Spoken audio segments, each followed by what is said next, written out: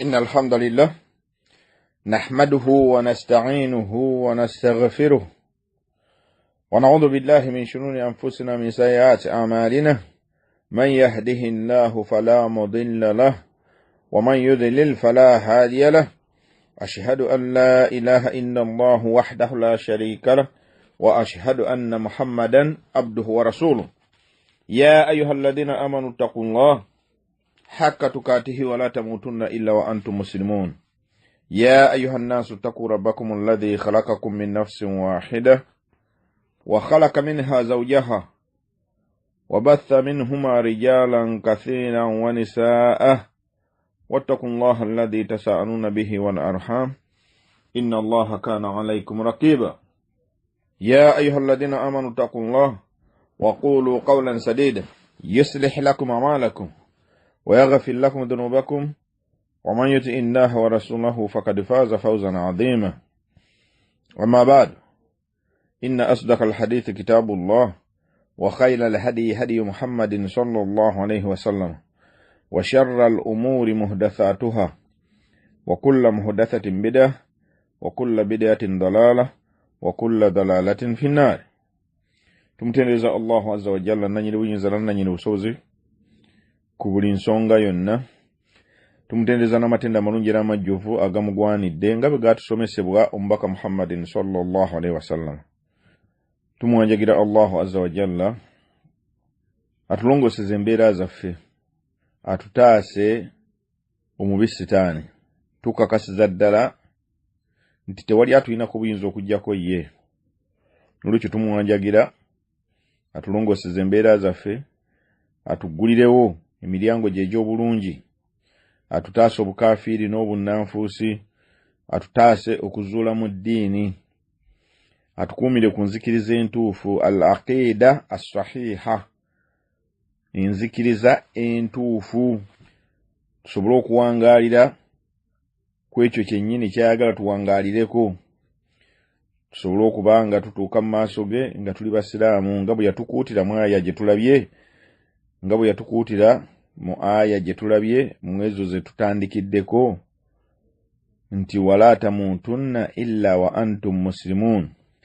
Ffe tetulina busobozi buyimirizaawo mbeera eyo okujjako ku lwa kusaasira kwe. Nolwekyo tumuwanjagira atuteekemu abo abajja okukuuma enzikiriza, tusobole okuva mu nsi muno nga tuli basiraamu. Tumuwanjagira atutte nga tuli basiraamu, nga bw'atunyumiza nti Nabbi Yusuf alayhi salam yamulaajanira n'amugamba nti tawaffani musliman wa alhaqni bis-salihin, nkusaba onzite nga ndi musiraamu ate era onsisinkanye n'abalongoofu. Naffe yedduwa gye tusaba, tawaffana musliman wa alhaqna bis-salihin, tukusaba otutte nga tuli basiraamu era tusinkanye abalongoofu. Twebaza ebyengera Allahu azza wa jalla byatuwa, nga mu byengera ebyo byatuwa mulimu obulamu obulungi, okuba ntuli balamu emibiri gyaffe. Bangi muffe emibiri gyaffe miramu, wadde nga mulimu abalwadde muffe betuwanjagira Allahu azza wa jalla abeere nga abasuusa, naye nga the majority of people balamu. N'olwekyo ekyo kyengera tulina okukyebaza. Twebaza tutya? Kuyitiriza kukola mirimu mirungi na kumujjukira na kumwebaza. Nabbi sallallahu alaihi wasallama yayitirizanga nnyo okukola emirimu emirungi nga agendereramu ki? Agendereramu kwebaza ebyengera ebyo Allahu azza wa jalla byamugonnomoddeko. N'olwekyo omubaka Muhammadin sallallahu alaihi wasallama gwe tulina okugoberera bw'atyo bwe yeeyisanga. Twagala okutuuka mu maaso ga Allahu azza wa jalla nga atusiimye ye, tulina kugoberera mubaka Muhammadin sallallahu alaihi wasallama. Qul in kuntum tuhibbuna Allah fattabi'uni, bw'atyo bw'atugamba Allahu azza wa jalla mu surati Ali Imran. Bagambe gwe Muhammad, qul, bagambe, in kuntum tuhibbuna Allah, bwe mubanga mugamba nti mwagala Allahu azza wa jalla. Twagala Allahu azza wa jalla oba nedda? The answer is yes, twagala Allahu azza wa jalla.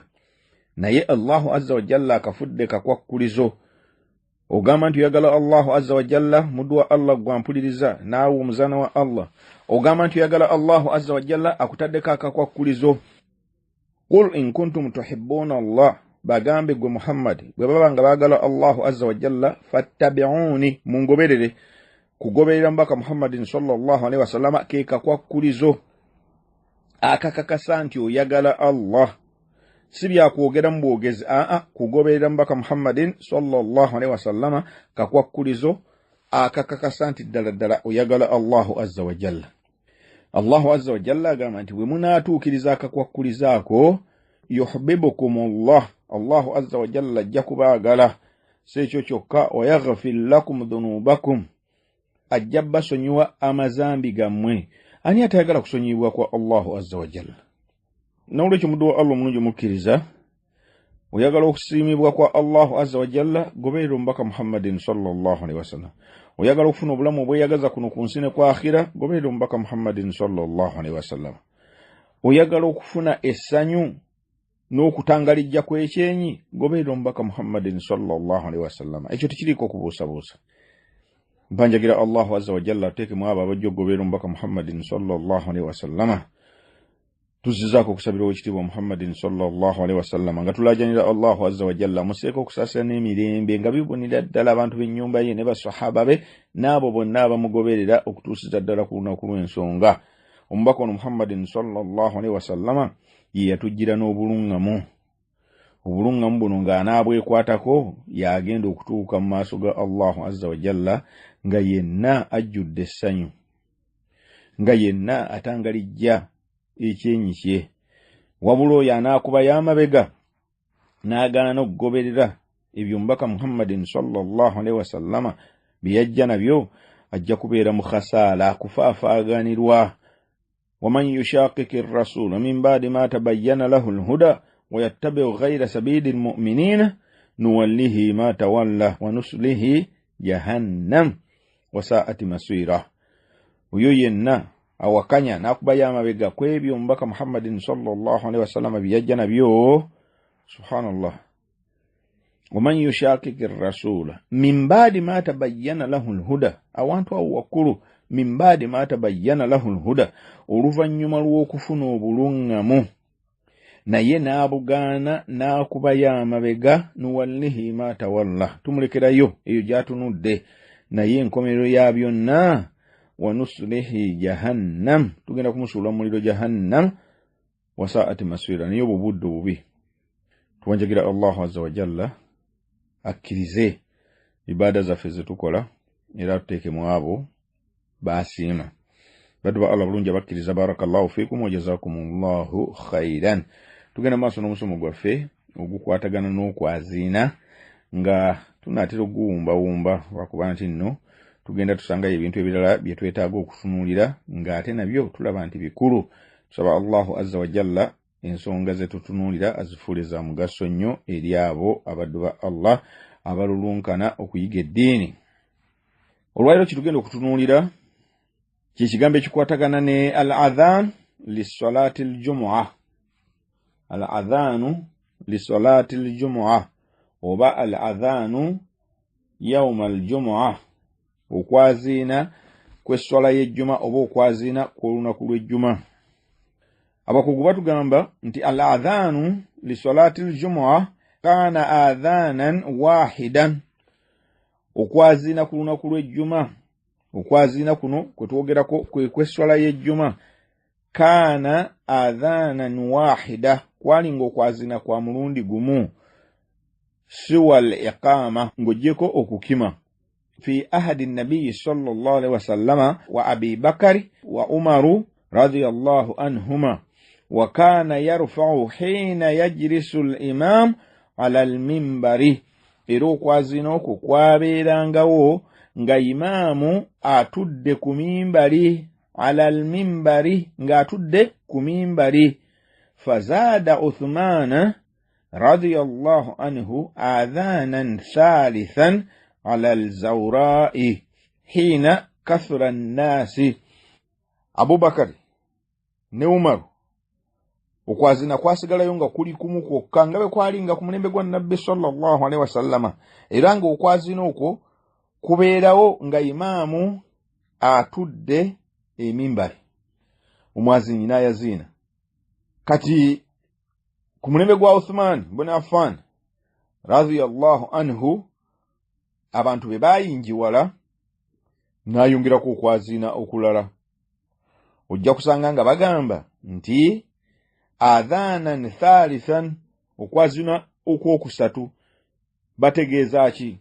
Bategeeza okwazina kumu kuno okubeerawo nga imaamu atudde ku mimbali, n'okwazina okw'okukima eswala kuba okwo nakwo kubeera kwazina nga Nabbi sallallahu alaihi wasallam bwe yagamba nti baina kulli adhanaini swalaati liman shaa. Wakati w'okwazina okw'emirundi ebiri waliwo eswala eri oyo aba ayagadde. Kati baba bategeeza okwazina n'okukima byonna Nabbi sallallahu alaihi wasallam yabiyita kwazina. Kati okwazina okwokusatu kwekwo okwogerwako Uthman kwe yateekawo olw'obungi bw'abantu abaali bayingiwadde nga yakuteeka mu katale. Kati obujulizi ku nsonga eyo buli mu kitabo kya Imam Bukhari. Basheekhe bagamba nti dalla ala dhalika hadithu Sa'ib ibn Yazid radiyallahu anhu. Obujulizi tubujja mu hadisi ya Sa'ib ibn Yazid radiyallahu anhu. Imam Bukhari yaleta hadisi ezenjawulo nga zonna ziva ku oyo sahabi Sa'ib ibn Yazid radiyallahu anhu. Ka hadisi zino tuziitemu biidhinillah. Hadisi esooka Imam Bukhari yagiteeka ku namba 912. Mu hadisi tugenda okutunulira hadisi esooka namba 912. Ani Zuhri ani Sa'ib ibn Yazid radiyallahu anhu qala, ono Sa'ib ibn Yazid sahabi wa Nabbi sallallahu alaihi wasallam agamba nti kana nida'u yawma al-jum'ah awwaluhu idha jalasa al-imamu ala al-minbari ala ahadi an-nabiy sallallahu alaihi wasallam wa Abi Bakr wa Umar radiyallahu anhuma. Owulira nti okwazina kuno kana nida'u yawma al-jum'ah, okwazina kuno okw'olunaku lw'ejjuma awwaluhu idha jalasa al-imamu ala al-minbari ala ahadi nabiy sallallahu alaihi wasallam wa Abi Bakr wa Umar radiyallahu anhuma. Nti okwazina kuno okusooka, okwazina kuno okw'essola y'ejjuma kubeerawo nga imaamu atudde ku mimbali, kubeerawo nga atudde ku mimbali. Bwe kityo bwe kyalinga ku mulembe gwa Nabbi sallallahu alaihi wasallama ne ku mulembe gwa Abu Bakr Siddiq radiyallahu anhu ne ku mulembe gwa Umaru ibn al-Khattab radiyallahu anhu. Agamba nti falamma kana Uthmanu radiyallahu anhu wa kathura an-nasu, nti ku mulembe gwa Uthman abasiraamu baali bayingiwadde okusingako ku mirembe giri, ku mulembe gwa Nabbi sallallahu alaihi wasallama n'ogwa Abubakari n'ogwa Umaru. Abasiraamu bayingiwala okusingako ku mirembe egyo ku mulembe gwa Uthmani. Abasiraamu bayingiwala ku mulembe gwa Uthmani okusingako ku mirembe giri egyakulembera omuli ogwa Nabbi sallallahu alaihi wasallama ne bamuzeeyi bano ababiri. Kati agamba nti zada an-nidaa athalitha ala zawra'i. Owulira nti Uthmani ono yayongerako okwazina okwokusatu, naye ng'okwazina okwo kwabeeranga ala zawra'i, mu kifo ekisitufu ekyalinga mu katale. Iyi hadisi esooka 912. Kati hadisi namba 913 era nayo ng'eva ku muntu y'omwoyo As-Sa'ib ibn Yazid radiyallahu anhu agamba, era nga naye ono rawi Az-Zuhri yanyumyanga ajja ku ono sahabi, agamba nti anna alladhi zada at-ta'dhina ath-thalitha yawm al-jum'ah Uthmanu ibn Affan radiyallahu anhu hina kathura ahlul madina eyayongerako okwazina n'aleeta okwazina okwokusatu yali Uthmani mutabani wa Affani radiyallahu anhu hina kathura ahlul madina abantu bwe baali beeyongedde mu kibuga Madina walam yakun linnabiyyi sallallahu alaihi wasallama muadhdhinun ghayra wahidin nabbi sallallahu alaihi wasallama yayinanga omwazinyi omu tiyayinanga mwazinyi asukka ku omu ku lunaku lw'ejjuma wa kana ta'dhinu yawma al-jumu'a hina yajlisu al-imamu yani ala al-minbari nti okwazina kuno kwabeerangawo ddi nga imaamu atudde ku mimbali imaamu bw'afuluma bw'ati najja n'atoola salamu n'atuula omwazinyi n'atandika okwazina omwazinyi n'atandika okwazina eyo hadisi nayo eva ku muntu y'omwoyo ku namba 913 mu hadisi eri ku namba 915 ane Uqayl luli abadde az-Zuhri nga yanyumye okuva ku Sa'ibu kati eno ane Uqaylin ane ibn Shihabi anna Sa'iba bun Yazida akhbarahu era bano bonna banyumya nga bajja kuwono sahabi Asaibu bun Yazidi bagamba ki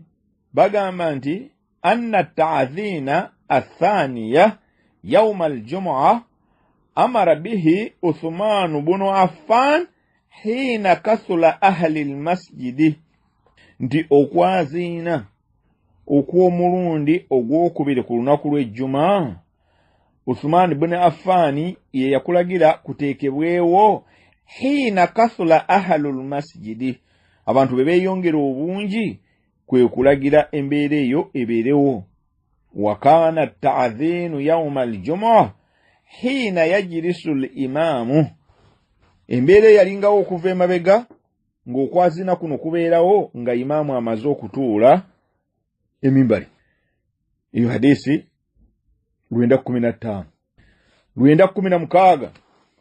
916 ani Zuhri qala samitu as-Sa'iba bun Yazida nawulira sahabi ono as-Sa'ib bun Yazid yaqulu namulira nga agamba nti innal adhana yawm al-jumu'ah kana awwaluhu hina yajlisu yawm al-jumu'ah ala al-minbari fi ahdi rasulillahi sallallahu alayhi wa sallama wa Abi Bakarin wa Umara radiyallahu anhuma agamba nti ono Sa'ib yagamba nti mazima ddala okwazina ku lunaku lw'ejjuma kwabeerangawo nga imaamu atudde emimbali ku lunaku lw'ejjuma fi ahadi rasulillahi sallallahu alaihi wasallama umulembe gwa nabbi sallallahu alaihi wasallama amakulu nabbi sallallahu alaihi wasallama yatuulanga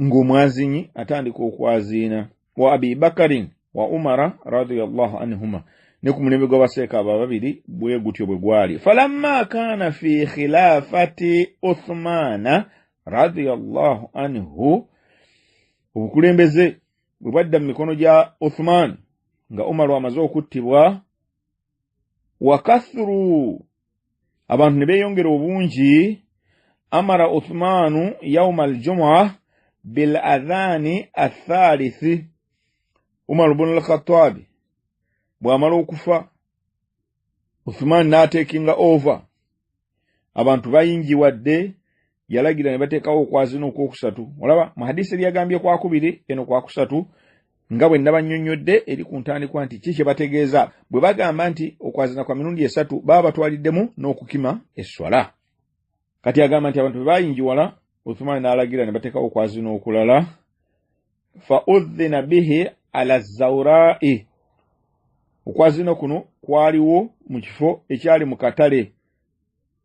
ekyali mu katale fathabata al-amru ala dhalika ensonga nno munnange n'enywera ensonga n'esigalawo nga etambula bw'etyo oluvannyuma lwa Uthmani okuba nti nno yalagira batekewo okwazina okwo abantu basobole okuba nga bawulira abali ewala. Kati ensonga eno ey'okwaziina ku lunaku lw'ejjuma eriko okusika omugwa wakati w'abamanyi. Abamanyi abamu bagamba nti Uthman kye yakola waliwo obwetaavu mu kiseera ekyo, naye kati ku mulembe gwe tuliko obwetaavu tebukyaliwo, n'olwekyo tekirina kukolebwa, n'olwekyo bw'okikola oba okoze bida. Abalala ne bagamba nti ekintu kinywevu, ekintu kinywevu. Lwaki? Nti Nabbi sallallahu alaihi wasallam yatugamba nti fa alaikum bisunnati wa sunnati al-khulafa'i ar-rashidin al-mahdiyyin tamassaku biha wa addu alaiha bin nawajiz. Mwekwate ku nkola yange. Ono mbaka Muhammadin sallallahu alaihi wasallama yayogera, mwekwate ku nkola yange wa sunnati al-khulafa'i, ne ku nkola yabo abagenda okunzirira mu bigere ar-rashidina al-mahdiyina, abalungamizibwa. Tamassaku biha, enkola eyo mugyekwateko nnyo. Wa addu alaiha bin nawajiz, mugirumiseeko magego.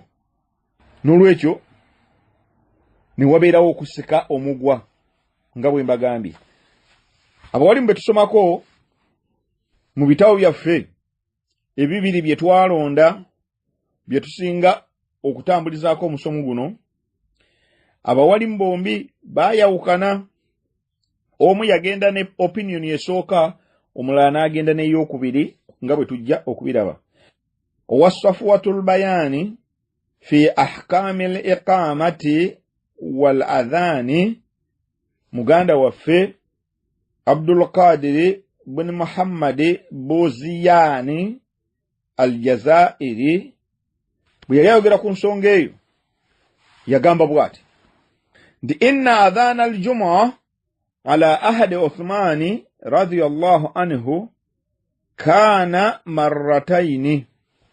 Ebyo abyogera ng'amaze okuleeta ziri hadisi zonna nga bwe nzibasomedde, eriwaayo ezo ez'enjawulo okuva mu kitabo kya Imam Bukhari. Mazima ddala okwaziina inna al-adhana al-jumu'a ala ahadi Uthman radiyallahu anhu kana marrataini, nti okwaziina ku lunaku lw'ejjuma ku mulembe gwa Uthmani kwalinga kwa mirundi ebiri. Al-awwal, okwaziina okusooka ala zawra'i. Az-zawra'i kyeki? Mawdi'u bisuuqi bil Madina murtafi'a. Mu katale k'e Madina waaliwo akafo nga kasituseemu bwe kati. Omwaziinyi Uthmani we yamuteekaawo nga waayina okwaziinira. Liyasta'iddu annaasu, abantu basobole okweteekateeka, anti abantu baali bayingi wadde, basobole okweteekateeka bagende basaale ejjuma. Wathani, ate okwaziina okwokubiri kwalingawo ddi, kana ala sathi al-masjidi. Agamba okwaziina kuno okwokubiri kana ala sathi al-masjidi, kwabeerangawo wano mu masjidi. Indama yakunu al-imam ala al-mimbari, nga imaamu atudde ku mimbari. Ate batugamba nti okwaziina okwo kwabeeranga wali ku mulyango, ala al-babi, ku mulyango, so si wano imaamu waatuula nga bw'olaba bwe kikolebwa ku mulembe guno. Ebyo tujja bitunulamu inshallah ku mulundi omulala. Agamba wa amma al-adhanu thalithu, okwaziina okuyitibwa okwokusatu, fahuwa al-adhanu al-awwalu, kwe kwaziina okusookera ddala. Wal adadu thalatha ma'a al-iqama. Lwaki bagamba nti okwaziina okw'emirundi esatu baba batwaliddemu n'okukima esswala, wahiya tusamma adhanan. Lwaki okukima esswala nakwo kuyitibwa kwaziina? Lwaki? Qala Rasulullahi sallallahu alaihi wasallama, Nabbi sallallahu alaihi wasallama yagamba nti baina kulli adhanaini salati, wakati w'okwaziina okw'emirundi ebiri waliwo esswala, liman sha'a, eri oyo aba ayagadde, eri oyo abeera ayagadde. yani baina al adhani wal iqama ategeeza ki nti wakati w'okwazina n'okukima. Kati Sheikh agamba nti wa sunna ekya sunna fi adhani al jum'a ala ahdi an-nabiy sallallahu alayhi wa sallama والشيخين رضي الله عنهما أذان واحد فقط. أذان واحد فقط okwazina kwa mulundi gumu kwokka. Agamba nti okwazina ku lunaku lw'ejjuma ku mulembe gwa nabbi sallallahu alaihi wasallama ne ku mulembe gw'abasheekha ababiri ategeeza ki? Ategeeza Umaru, ategeeza Abubakar Siddiq ne Umar ibn al-Khattabi radiyallahu anhuma. Agamba nti okwazina kwabanga kwa mulundi gumu gwokka. Agamba nti wa innama zada Uthman radiyallahu anhu al-adhanu athani wa huwa al-awwal. Agamba nti Uthman ibn Affan yayongerako okwazina okwokubiri wa huwa al-awwal ne kubanga kwe kusooka likathrati as-sukanu wattisaa al-madina bi ahliha, olw'okuba nti abantu baali beeyongedde obungi nga ne Madina agezze, ekibuga kya nabbi sallallahu alaihi wasallam kyeyongedde okugejja, abantu batandise okweyongera. Agamba nti nno fal illa fi ziyada al-madhkura at-tabligh. Agamba nti ensonga eyateekesaawo okwazina kuno Uthmani, lwaki yateekawo okwazina kuno? Lwa kutuusa abantu bategeere nti eswala etuuse, eswala y'ejjuma, bihaithu yasma'u nidaa man ba'uda maskinahu anil masjidi liyasta'iddu liljum'a. Yateekawo okwazina kuno abantu abali ewala ne masjidi babenga bawulira okwazina kuno basobole okweteekateeka nga bategedde nti nno eswala etuuse. Wa hadhihi al-illa mafquda tamaman al-yawm. Agamba nti ensonga neeyo kati tekyaliwo. Ensonga eyo eyaviirako Uthmani okuteekawo okwazina okwo tekyaliwo. Lwaki? Li'annahu la yukadu yakhilu hayyun min ahya'il madani min masjidi yu'adhdhinu fihi al-mu'adhdhinu wa fihi mukabbiru as-sawti. Sheikh agamba nti li'annahu la yukadu yakhlu hayyun min ahya'il madani min masjidi yu'adhdhinu fihi al-mu'adhdhinu wa fihi mukabbiru as-sawti. Kizibu nnyo okusanga omuzikiti gwonna mu bitundu byonna ebyetoolodde nga teguliimu mwazinyi, ng'omwazinyi oyo tayazina okuggyako ng'ayazinira ku muzindaalo. Kizibu nnyo okusanga masjidi okuggyako ng'omwazinyi abeera ayazinira ku muzindaalo.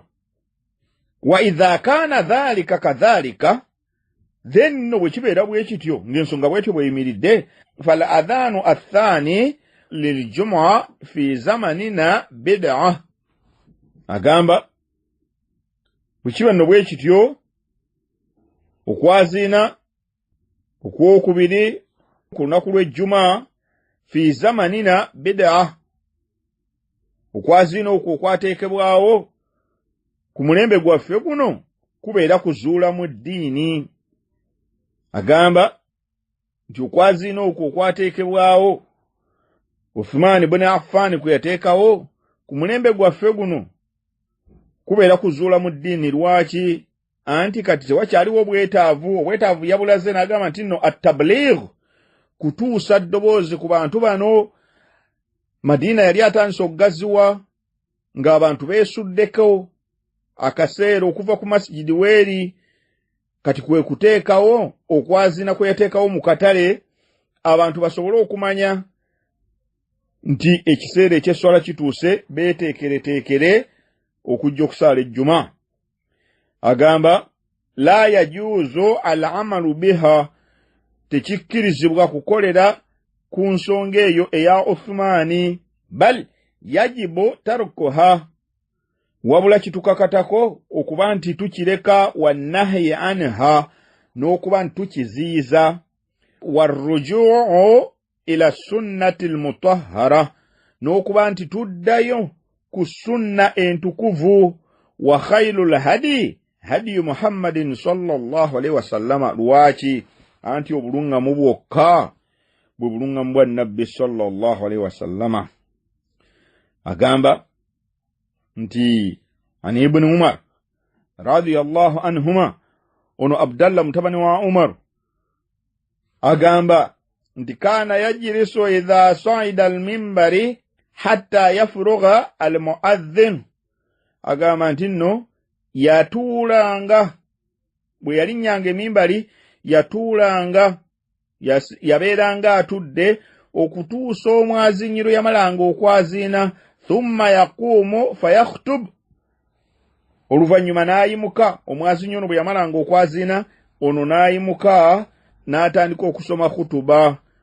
Thumma yajlisu fala yatakallam, bwe yamalanga okusoma khutuba esooka n'atuula nga talina kyayogera. Thumma yaqumu fayakhutub, oluvannyuma n'addamu n'ayimuka n'ayongera okugenda maaso n'okusoma khutuba. Ayi annabiyu sallallahu alaihi wasallam, nti nabbi sallallahu alaihi wasallama yatuulanga emimbali n'awuliriza okwaziina. Omwazinyi bwe yamalanga okwaziina n'ayimuka n'atandika okusoma khutuba, ekiseera kye yabanga ayagadde, then n'atuula nga talina kyayogera.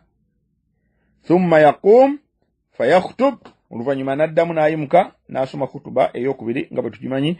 Agamba nti nno ani oyo? Ye mubaka Muhammadin sallallahu alaihi wasallam. Obwo bwe bujulizi Sheikh bw'aleese. Agamba nti okwaziina okw'emirundi ebiri bw'okukola ku mulembe gwaffe guno, oba ozudde mu ddiini, obeera ozudde mu ddiini. Kati biidhinillah Sheikh atulaze obujulizi, ahadisi tuzirabye eziri mu kitabo kya Imam Bukhari, zonna nga zoogera nti ku mulembe gwa nabbi sallallahu alaihi wasallama, ne ku mulembe gwa Abubakari, ne ku mulembe gwa Umar ibn al-Khattab, okwaziina kwalinga kumu kwokka ku lunaku lw'ejjuma. Uthmani bwe yalya obukulembeze n'atuunamu n'alaba nga abantu beeyongedde obungi, bw'atyo n'asalawo n'ateekawo okwaziina okulala. Tugenda kukomawo biidhinillah, nga ku mulundi ogunaddako tujja kutunuulira obujulizi obulala, oba tujja kutunuulira mu kitabo ekyokubiri kye tusomamu ahkamul adhaani wan nidaa'i wal iqaama, ekya muganda waffe Sami bin Faraj al-Hazimi, ono nga w'e Makka. Ekitabo kino kitabo kirungi, kirimu ensonga nnyingi ze yagenda akonamu, era Dokituru Saud ibn Ibrahim Ashuraim yakikolako ka brief introduction, kuba omusiraamu ono ekitabo kino ekiwandiika ng'akola masters Ummul Qura University. Kitabo kino ekiwandiika ng'ali ku research ya masters, naye kirimu emigaso mingi. Kati mukama we yali atunuulira ensonga ze yali Saudi ibn Ibrahim Ashuraim, ono tumumanyi bulungi, y'omu ku bayimaamu b'oku haramu abaluddewo ebbanga, nga ono asomesa mu university eyo eya Ummul Qura mu department ya Sharia. N'olwekyo kitabo kirungi. Katujja kutunuulira naye engeri gye yayogera ku nsonga eno, tulabe. Nabagambye nti abawalimu bano bombi baayawukana. Omuwalimu ono gwe tujja okutunuulira yalaga esaidi zombi, obujulizi obw'emirundi gyombi, then n'alaga wawe yeewunzikidde. Oli ye akulaza obujulizi takulaze saidi eri endala wabula yakulaza obujulizi obulaga ensonga era nawunzika ng'akugamba nti ku mulembe gwaffe guno gwe tuliko okuteekawo kwa zina okwokubiri oba okoze beda kuba tiwaliwo obwetaavu bwonna buteekesaawo kwa zina okwo. Lwaki? Ku mulembe guno gwe tuliko Allahu azza wa jalla yatugaziyiriza tuyina emizindaalo kwe twazinira eddobozi ne litambula okusingako we lyandikomye ng'omuntu ayazinye nga talina muzindaalo. N'olwekyo biizinillah ku mulundi ogujja tujja kutunira ensonga ono sheekhe ze yaleeta then tuwunzike nga tulaga wa wetugwira biizinillah. Barakallahu fikum wa jazakumullahu khairan. Maliza nga mpanjagira Allahu azza wa jalla w'ekisa ekingi atugabirire okuba ntutegeera ebigambo bino mu bukakafu bw'okubitegeera ate era atugabirire okuba nga tubikolerako. Musaba tuteekemu abo abawulira ebigambo ne batwalamu ebyokka eby'omugaso. Birungi byonna ebitidde ku lulimi lwange Allahu azza wa jalla yansobozesezza okubibatuusaako. Ensobi ezibadde muzange nganze omutonde mulaajanira abeere ng'azinsonyiwa era nammwe aleme okuzibafuulira ekibabuza. ربنا تقبل منا إنك أنت السميع العليم وتب علينا إنك أنت التواب الرحيم. ربنا آتنا في الدنيا حسنة وفي الآخرة حسنة وقنا عذاب النار. وصلى الله وسلم وبارك على محمد بن عبد الله يا نبي الأمي وعلى آله وصحبه وسلم والحمد لله رب العالمين. سبحانك اللهم وبحمدك أشهد أن لا إله إلا أنت أستغفرك وأتوب إليك. والسلام عليكم ورحمة الله وبركاته.